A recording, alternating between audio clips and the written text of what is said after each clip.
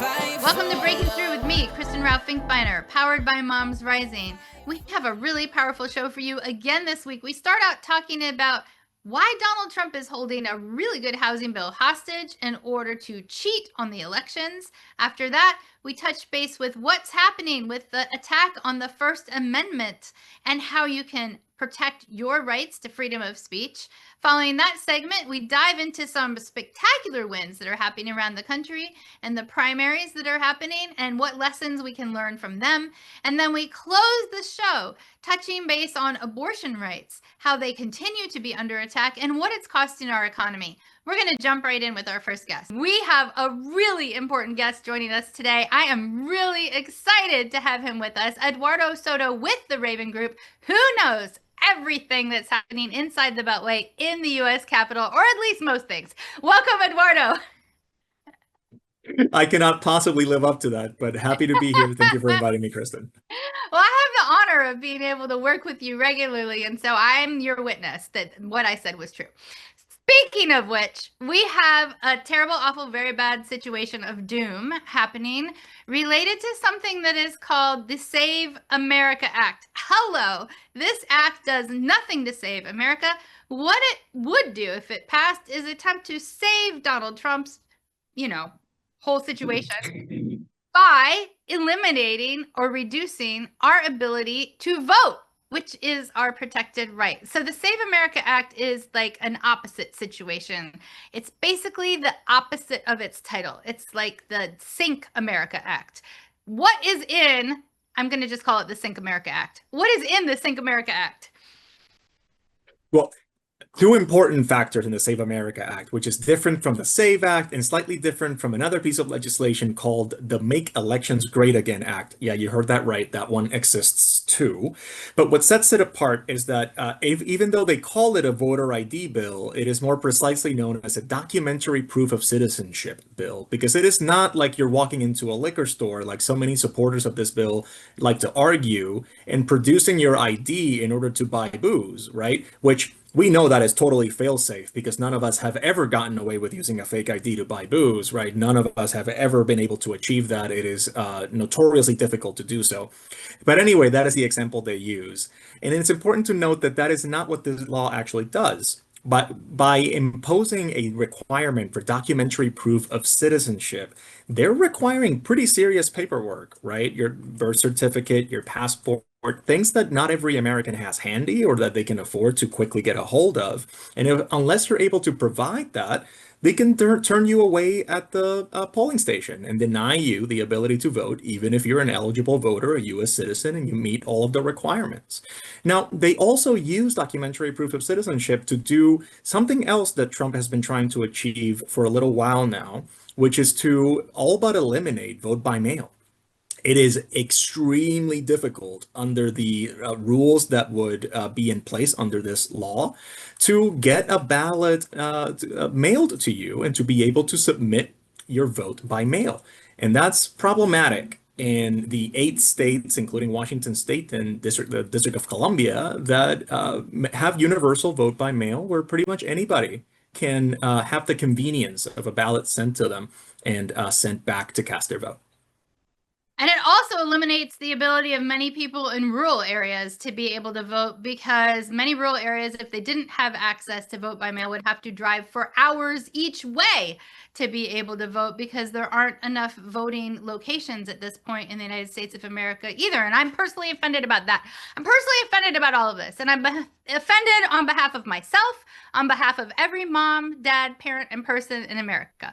A fundamental right of Americans is being able to cast your ballot to elect people who respect us, reflect us, and represent us. And Donald Trump and Republican leaders in Congress are going after that right. Why? A lot of people say why. Why are they going after that right? Well, they're going after that right because their policies are unpopular, their politicians are unpopular, and they know they cannot win their elections without cheating. So what this law actually is cheating. You heard a lot of the reasons why from Eduardo, and let me put myself into the situation as an example.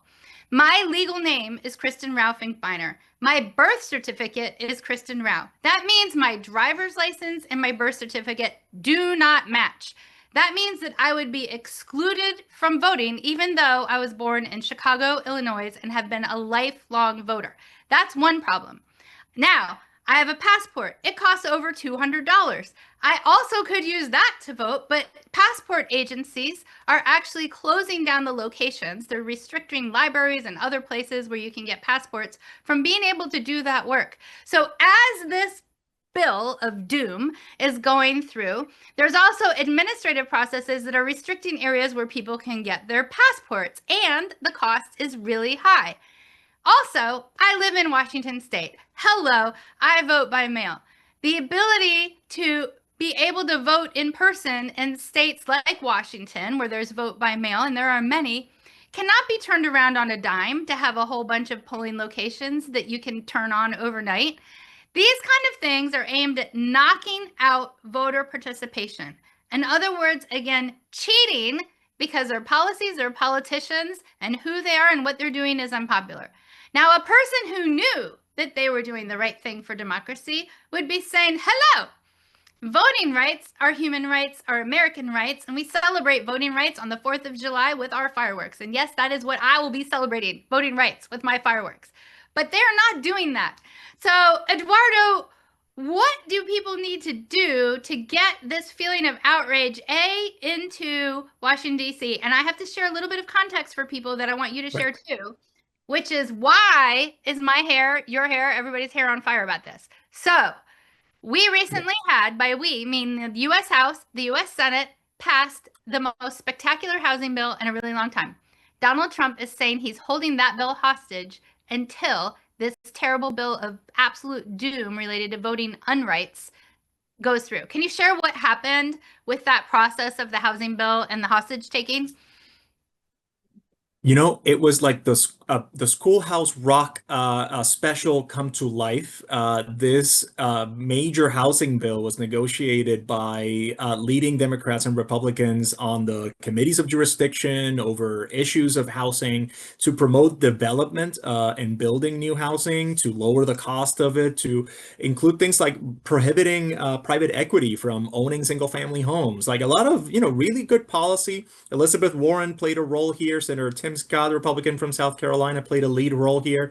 So did Maxine Waters and the House Financial Services Committee, right? Negotiating in good faith on a bipartisan basis and across House and Senate to get this done. Not a perfect bill, but certainly a bill that benefits the country and that you would think Republicans want to see signed into law so that they can campaign on it and say that they delivered on something for the nation. However, Trump is so hell-bent on passing this super strict, very flawed and dangerous version of a federal takeover of a state and local elections that he declined to sign the bill and then went and had a screaming match like something out of the Real Housewives with the Senate Republicans over lunch. And he is not giving up this tantrum.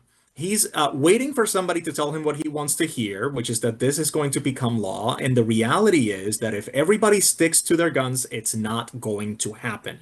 Why is that? Because there are Republicans who have concerns with this bill in the Senate, and that's already a problem because they need every single of those Republicans in the Senate to vote yes, but they also need additional Democratic support. And not a single Democrat is willing to sign on to this bill because they see it for what it is.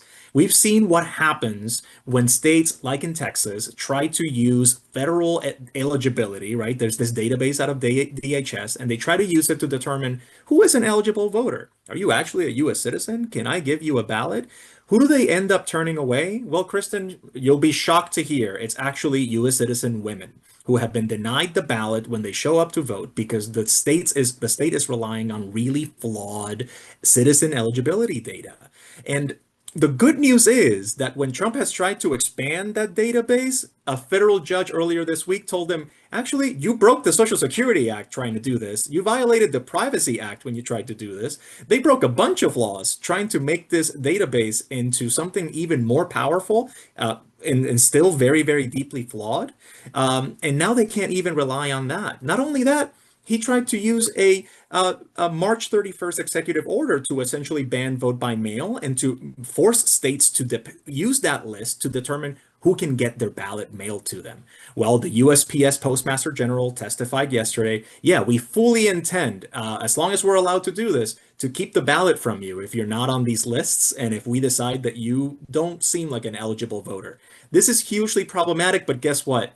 That EO, as of this morning, also blocked by a federal judge.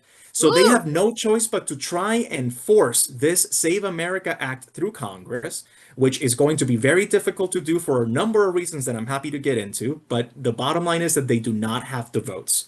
So what can people do? Call their senators to make sure that they hold the line and continue to oppose bad legislation, deeply unconstitutional legislation that is a federal takeover of something that your state has the constitutional duty to oversee, which is US elections.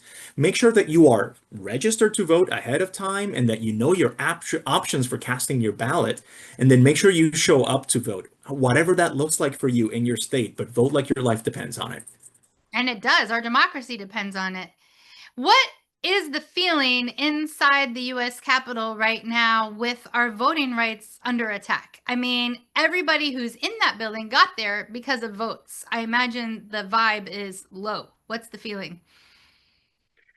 Congress already feels like the country hates them and their approval rating is so low. So you have Republicans and Democrats thinking, what a circus this is. How embarrassing it is for us that we finally get our act together and pass an important piece of legislation.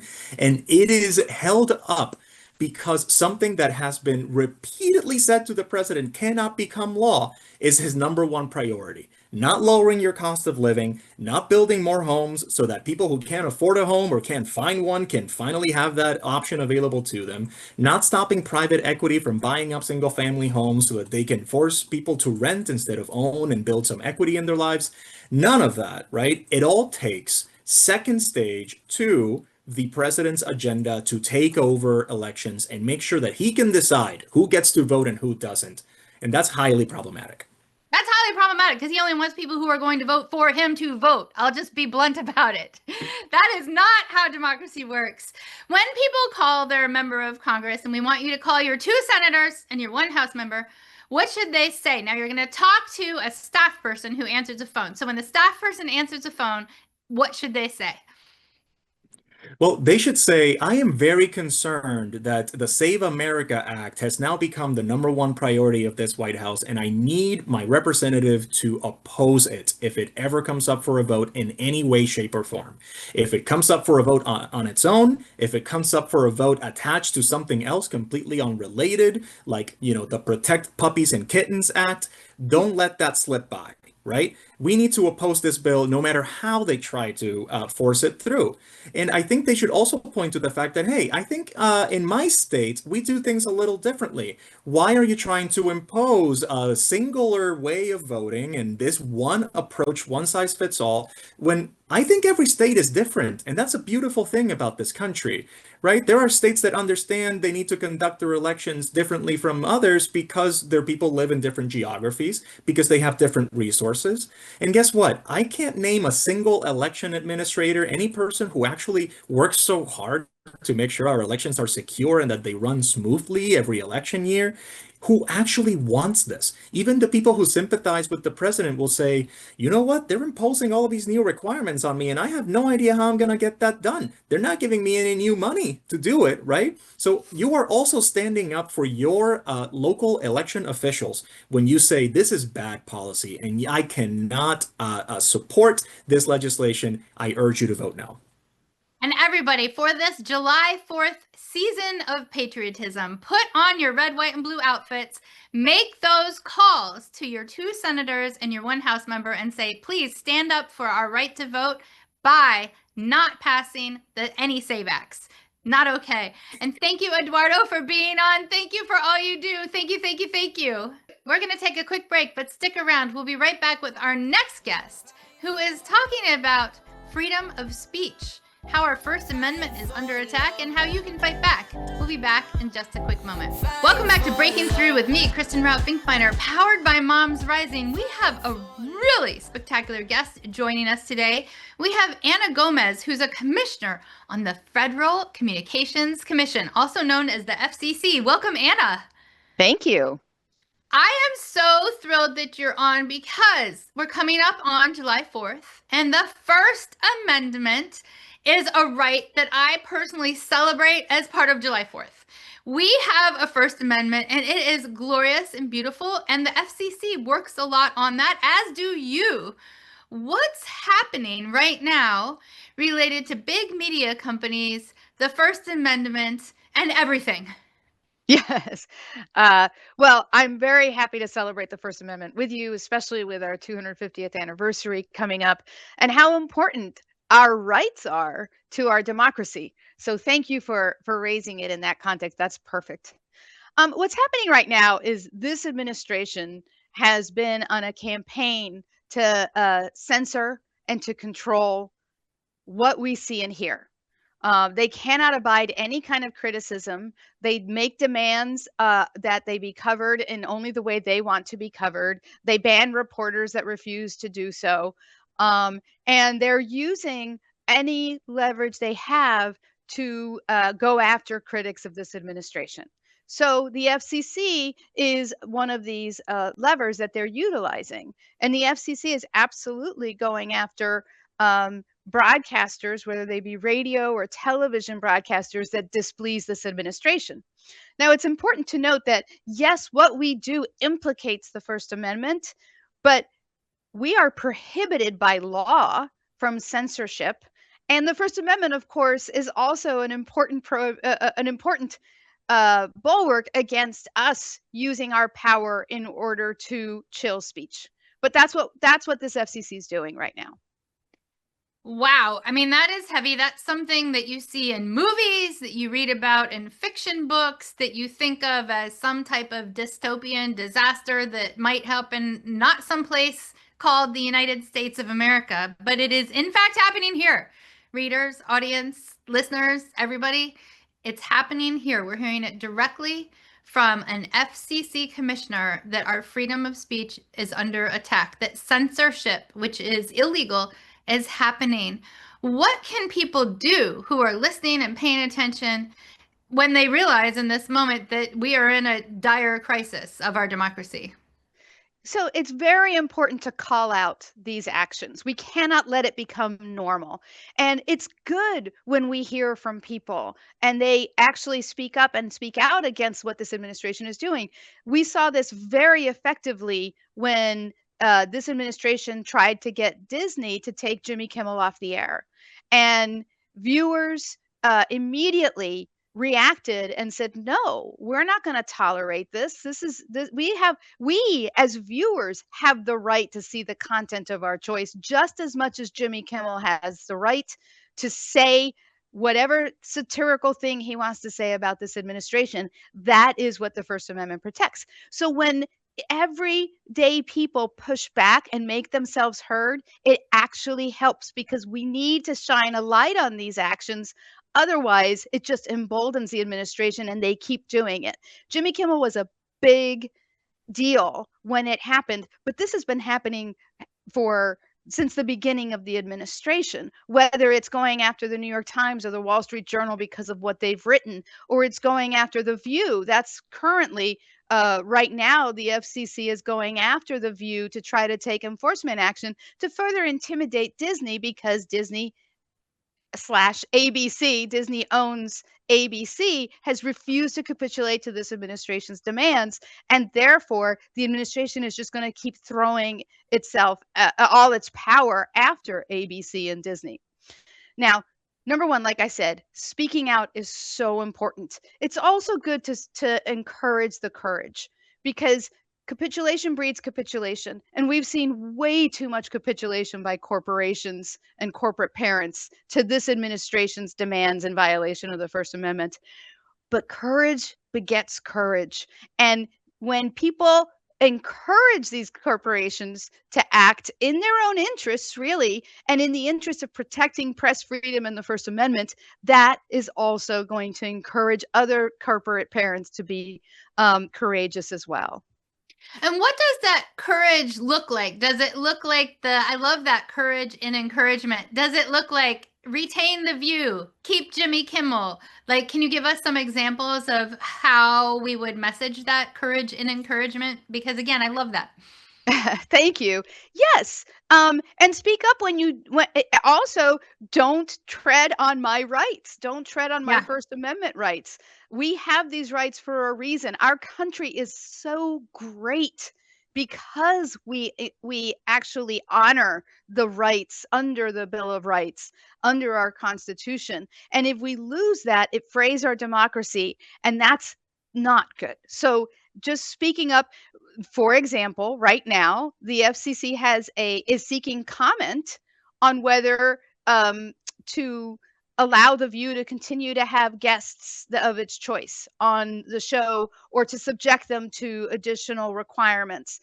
It's kind of a technical issue, but we've so far gotten over 50,000 individual consumers who have written to us through our website to say, wait a minute, you need to keep your hands off of this. I actually get a lot of messages from individuals that say, The View's not my cup of tea, but I don't like the government interfering in what I watch. Or I love The View and I don't want the government interfering in my watch. It's not free speech for me, but not for thee. That is not how the First Amendment works. And I think people need to understand how important it is just to stand up for that. Yeah, 100%. I love hearing that you've got people who both love and don't love The View writing in by the tens of thousands to say that, the government has no place inside determining what guests The View can have on. What kind of absurdity are we living in? I want to go back to talking about why it's important to have freedom of speech, why it's important to have The View be able to choose what guests are on, why it's important to have comedians be able to choose what is in their sets, why it's important for us to be able to speak out on Facebook, on Instagram, on social media to our friends, families, and neighbors without fear of retribution. And that has been such a big founding cornerstone of our democracy. Hello, 250 years that we are celebrating this year. And to me, I feel like sometimes maybe we don't talk about why it's important enough. And some people are like, oh, whatever, maybe Donald Trump should choose the guests on The View. No. But why is it important? And yes, the free speech, freedom of speech, and freedom of the press is foundational to our democracy. Why? Because we do not want a single ruler telling us what we get to see, what we get to hear, what we get to protest against. Obviously, they don't want to be protested against, so they want to stop protests.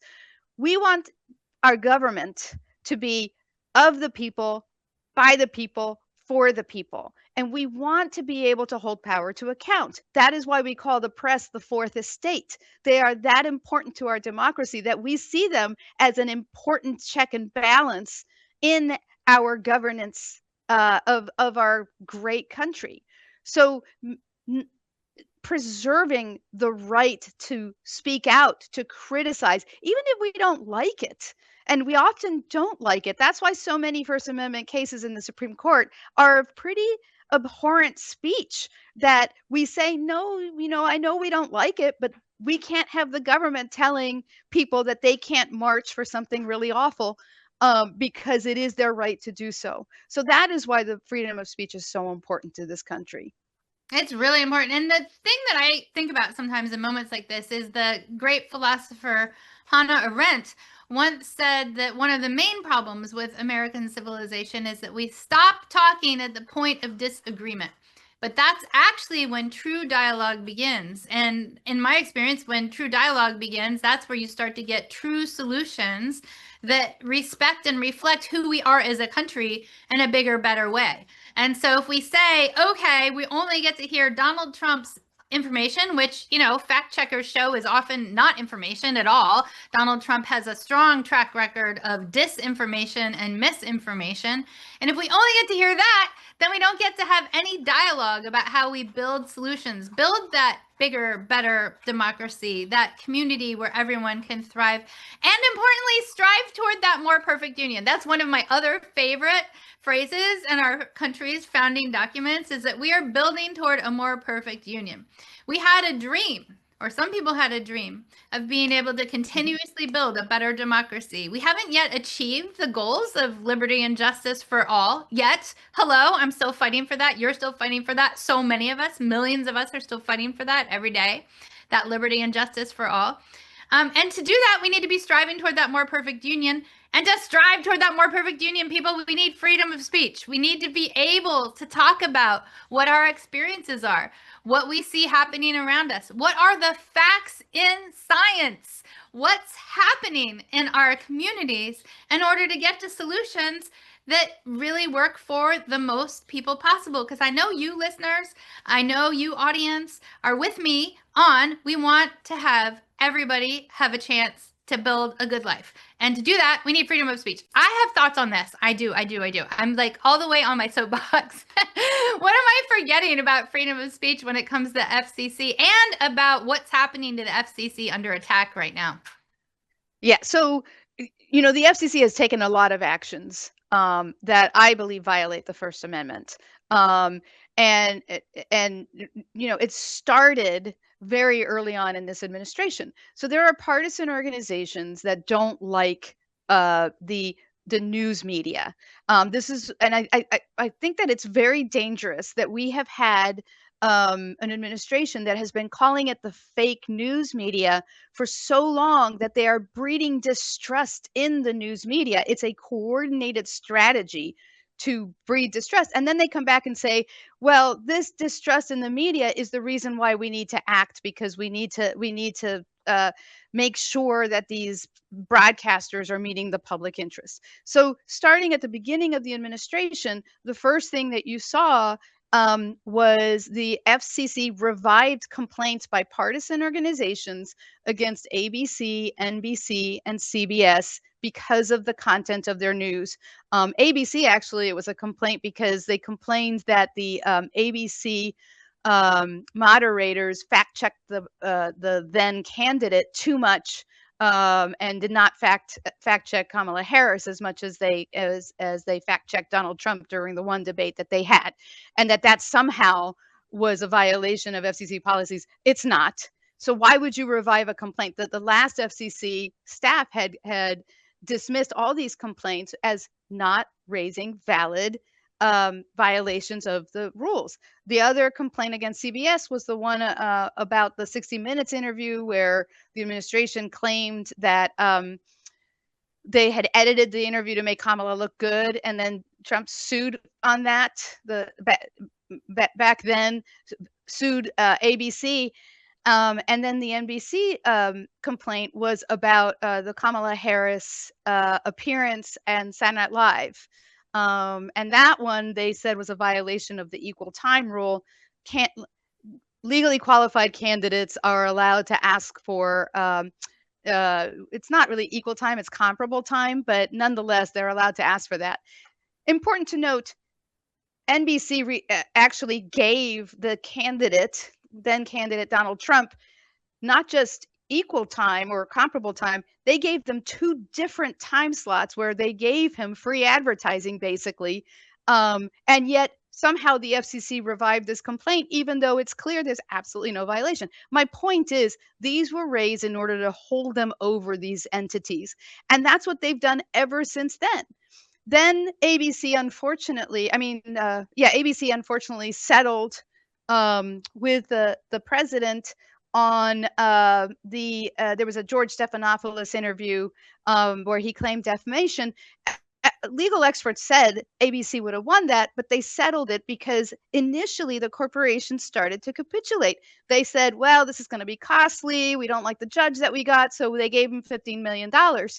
Well, that basically emboldened the administration. Then CBS wanted to complete its the merger of Paramount and Skydance, and so CBS settled the 60 Minutes interview complaint and gave, I think, $16 million.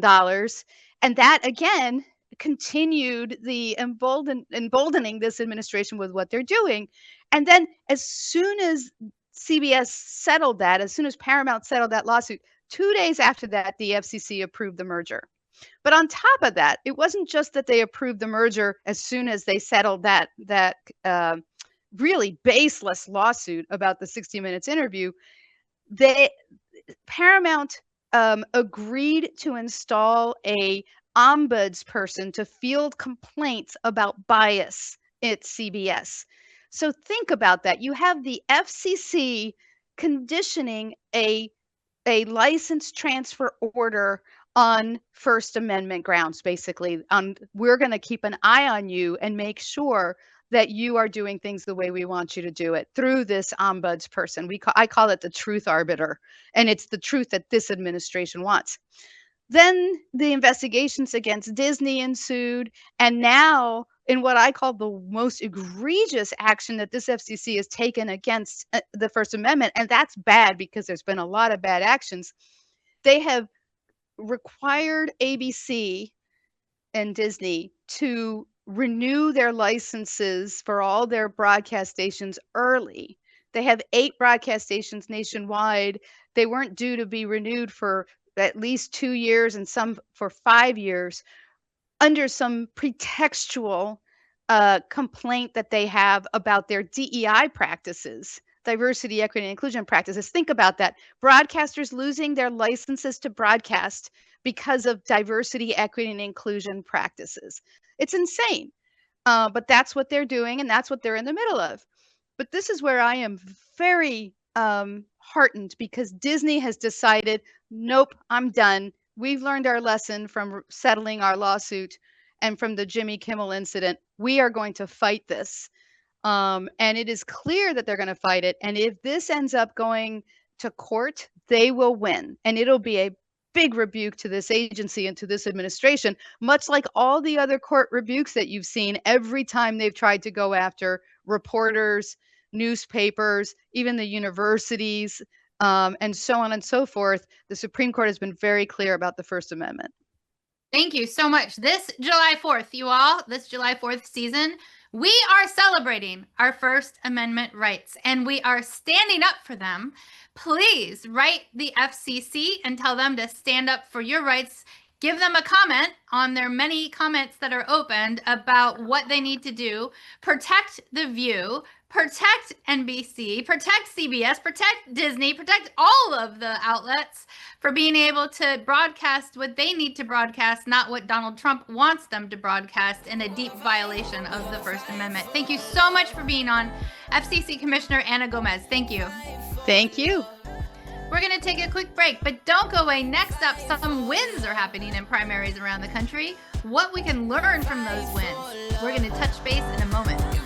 We have an amazing return guest by popular demand, because she is fantastic. Monifa Bandele of MomsRising. We are going to be talking about New York, because our nation is in a New York state of mind. Monifa, there have been so many victories in New York recently. We can start with the Knicks and go to Congress, because it's been a feeling of victory coming out of New York, spreading across the country. So first, let's talk about what the Knicks victory meant to New York, meant to the vibe of, the ability of hope to win. What did it mean? The whole city was out on the streets celebrating. Yes, absolutely. The lesson of the New York Knicks is definitely that when people are naysayers, when people say that you cannot win, or that you are not the right person for the position, or that you are not the right player for the team, that basically you have to ignore that.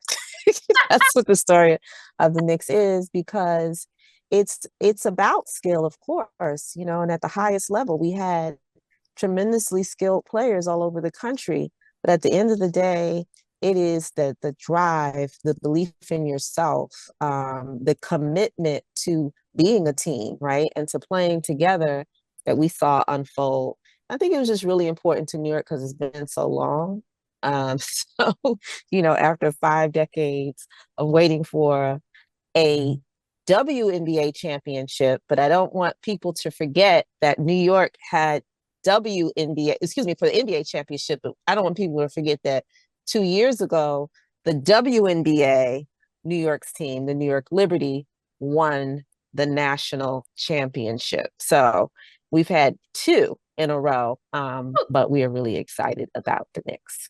And I love what you said, that you can win even when people say you can't win. This is really important because this brings us to what happened in the New York elections.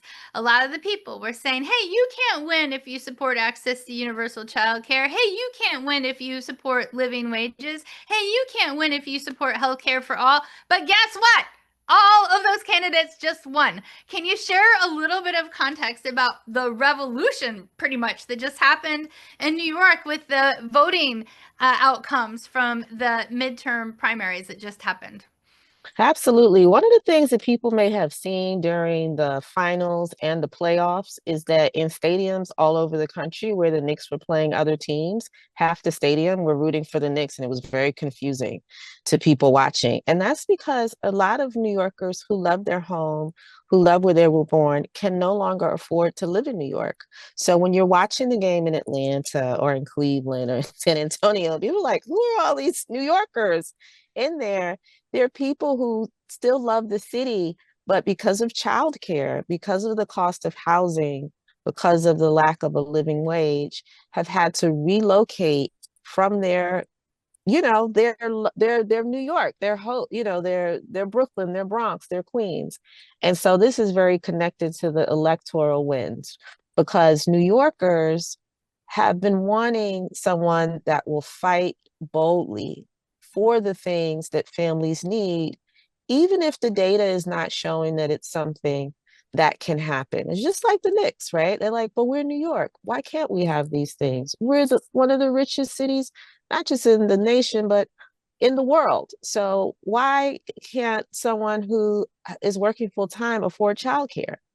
So when we ushered in a new mayor last year, Zoran Kwame Manbani, then we were able to see that, yeah, people can get behind this, and not only get behind it, but just in a matter of months, we are getting closer and closer to universal childcare in New York City. In fact, just yesterday, the pre-K2 program was expanded by tens of thousands of seats. So this is a really exciting time in New York City. And so that very same mayor endorsed several folks who are running for Congress who carry that same vision of universal childcare, of universal health care, affordable housing, and a living wage, just like basic things. And it has turned the world upside down. It has really turned the political discussion on its head, because there are some incumbents that lost. And what we also saw was a generational discussion.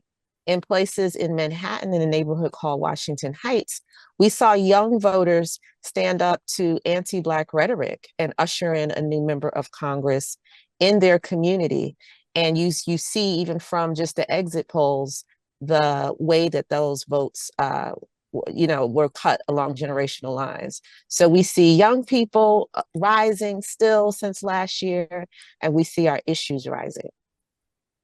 And rising in ways that people said was impossible. And I think that is so important. People say, stop asking for universal healthcare and childcare, even though every other industrialized nation has these policies.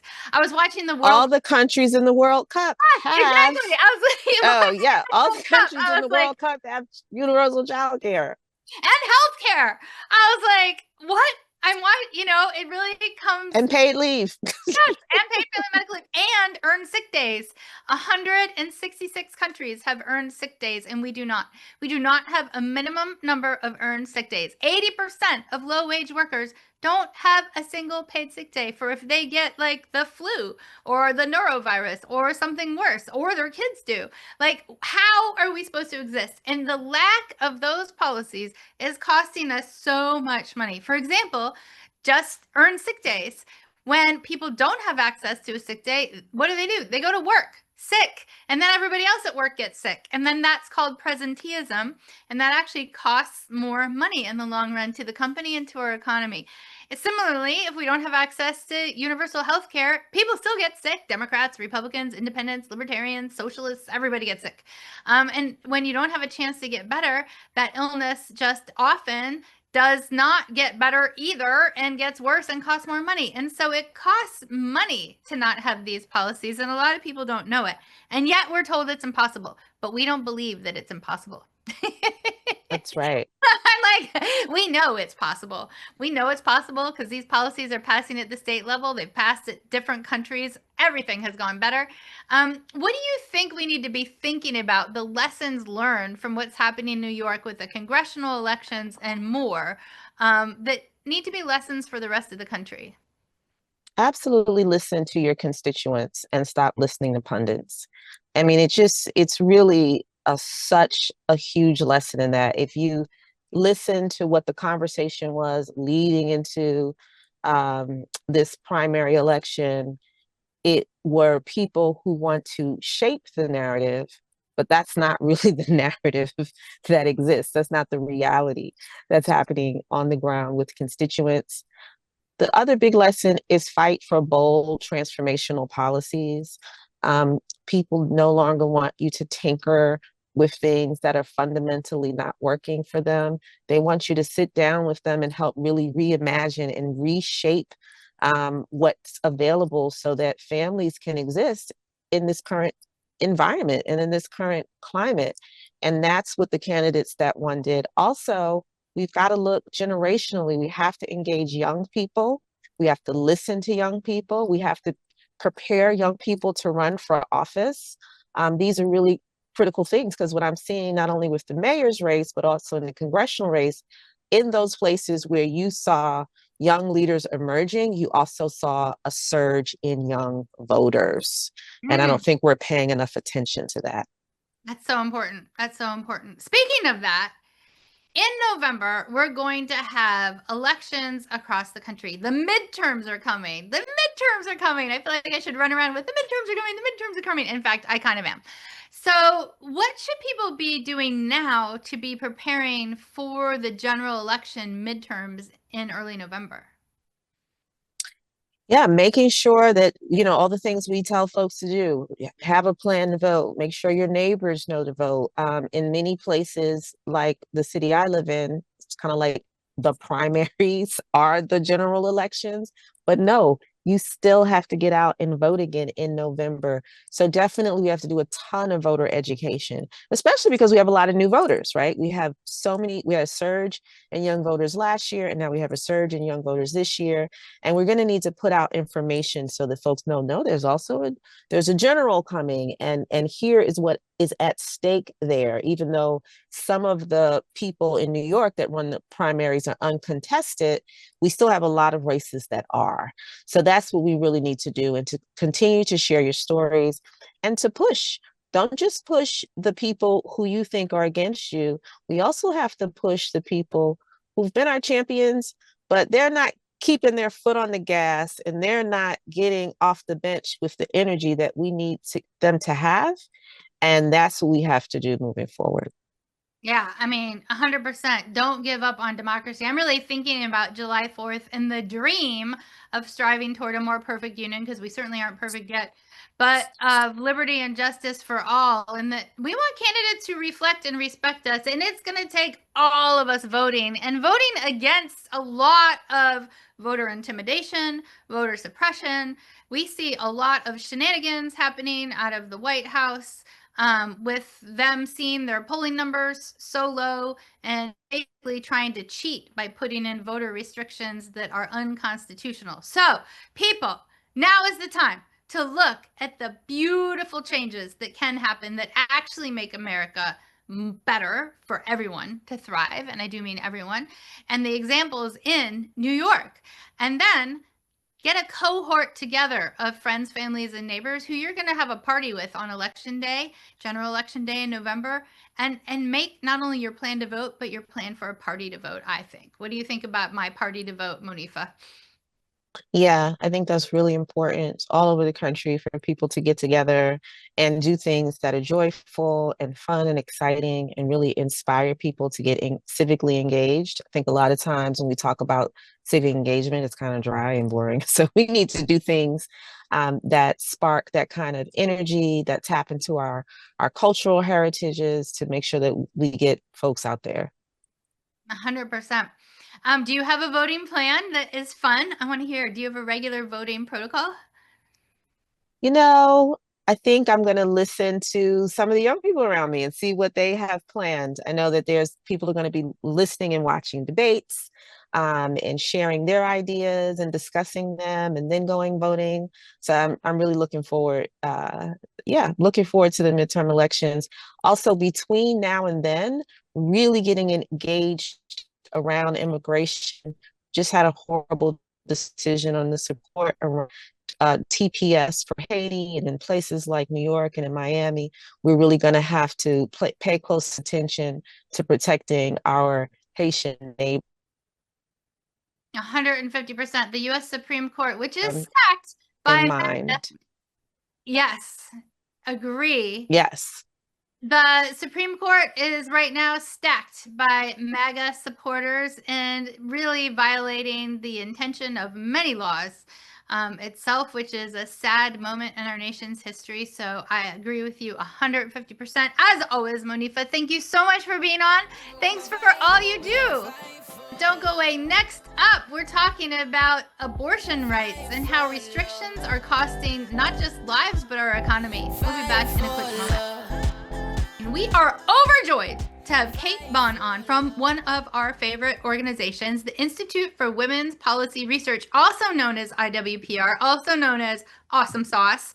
And as Kate joins us, we are in a moment where there's a lot of conversation, there should be more conversation, about what's happening due to the restrictive, reductive, damaging, life-threatening abortion restrictions that MAGA and the Trump administration have been pushing through. And you have a new project, a new research project that talks about some of the actual costs from these abortion restrictions. And I'm wondering if you could share a little bit about that. What are the costs? Sure. And it's great to see you again, Kristen. So yeah, at IWPR, this is our fourth time releasing this update to the model. And what we are looking at in our model is a partial estimate of the cost to the wider economy from these abortion restrictions. And what we found is the states that ban abortions, and so those set of states that have really severe bans or restrictions to abortions are costing the national economy $68 billion a year alone, so just those subset of states. But then when we look at all states, because there's a variety of restrictions and protections across the country, the total cost to the national economy from restrictions to access to abortion is over $140 billion per year. So those are huge numbers that are only one way to conceptualize the cost of these. But what we're trying to really do here is show that this is not just an abstract thing. This is not just a personal choice. This is something that harms everybody when women cannot have bodily autonomy. And can you share a little bit about what do those billions, $140 billion of dollars, what is that cost arising from? Sure. And so the way we look at it is we're comparing the economies of states with varying levels of restrictions or protections. We rely on this categorization from the Guttmacher Institute, which does a really wonderful job looking at that sort of comparison between states and what it means for women. And then we're comparing the economies of those states, how women are faring in those states based on the level of restrictions. And so what we're concretely measuring here is lost income for women of reproductive age in states with abortion bans. And the way that they're experiencing lost income is by having lower labor force participation. So they're less likely to work. And because they're less likely to work, they're less likely to earn money. And again, we're looking sort of at those direct costs to women's earnings, but this is only really a partial way to understand it, because we also know if women are earning less, it means women are spending less. If women are earning less, it means they're investing less in their families. And so there's sort of, these costs we can't even begin to estimate, but that's sort of what our little narrow slice is looking at, those lost earnings and lost labor force participation. So for our audience, $140 billion as a cost is the tip of the iceberg. We're not even able to quantify all of the costs, including the costs of lives lost. Studies are coming out showing that preventable deaths are happening at an increased rate in states where there are very restrictive abortion bans. And I'm wondering if you could talk a little bit about that aspect, Kate, too. Sure. And so we have another series at IWPR called Birthing While Black that I think really illustrates this point, especially because we know the worst maternal mortality outcomes in the US are severely felt by Black women as well as Indigenous women. And so we're not even estimating the cost of those lives. And, as an economist, it's useful to be able to quantify these things, but I don't want to minimize the human harm of families who are losing family members that they love deeply. But we're not, in this model, we're also not estimating for women who face maternal mortality. That means their families don't have an income earner, considering it's disproportionately likely to be Black women facing these severe health outcomes. They're also more likely to be breadwinners in their families, to be support networks for their entire family, like extended families. And so, there's these maternal mortality outcomes are just a horrendous economic impact on families as well. And I think it's really important to note that June 24th is the terrible, awful, very bad anniversary of the U.S. Supreme Court decision that was a landmark. It's Dobbs versus Jackson Women's Health Organization that overturned the very, very important Roe v. Wade and eliminated the constitutional right to an abortion. We, as the United States of America, are now one of the countries that have some of the most restrictive policies and laws around people's bodily autonomy. And this is also important, and I have to say this every time we talk about this. The majority of people in the United States of America strongly support a person being able to choose what to do with their body, if they're going to have children, when they're going to have children, and how many children they're going to be able to have. And that for any decisions that need to be made about that to be made between themselves, their family, and their doctor, not with Donald Trump. Donald Trump should not be in any decisions, I think, and actually the majority of Americans think, related to what to do with our bodies. And so we have this situation, Kate, where we have the majority of the people supporting the right to choose, but we have a very loud, vocal minority who happen to be in power right now with MAGA, who are just absolutely rolling back our rights in such an unfair way because they do not represent the majority of people. And sometimes people we hear can feel like, oh, maybe I'm the only one who supports the right to choose. But I would just like to announce again and again and again that you are not alone if you want the right to choose for yourselves, your family, your friends, your neighbors. In fact, the majority of people in America want that too. And Kate, what is it in terms of the dynamics that's happening that is allowing this very loud, vocal minority of people in MAGA to really make decisions and restrictions for everybody else who doesn't agree with them? What's happening? I mean, I think this is a tricky one because I'm not a political scientist, but there is. Really smart. You always know the answer. I do know. I mean, yes, I can speak to this, but I think what this is really about, in a much broader sense, is controlling women. And I think that is sort of what it is really about, is controlling women and limiting women's personal power and ability to participate in society. And I think for those minority of very conservative people, that is the world that they want. And they've been able to use a variety of tools to amass power in order to execute on that. And so those would be things like stacking the Supreme Court full of conservative justices who typically rule in favor of the current administration's priorities. And so, there's a variety of ways in which democracy has been chiseled away, not only judicial placements, but voting rights attacks. But I think, the crux of it for me, and the way I think about this as a researcher, is that this is about controlling women. And that's what it's really about. I think we know when we look at the states where bans exist, this is not about the well-being of children, because these are also states that don't have paid leave. They're also states that have not expanded Medicaid. These are states that haven't done much much to help people afford childcare. Sort of a whole suite of policies can demonstrate the ways in which these states do not actually care about children. What they do care about is controlling women's bodies. And what we're trying to do here is show that this has an economic cost as well. And I think when you talk about that disparity between the minority of people who are anti-choice and the majority, the huge majority that support people's rights to family planning, is, I think people understand this. I think people understand the link between their family planning and their economic outcomes. Because I think if anybody has had these questions in their personal life before, this is the way they've thought about them. They've thought, do I feel secure enough right now to have a family? When would I want a family? How do I balance having a family against the type of career I want to have, the type of life I want to have?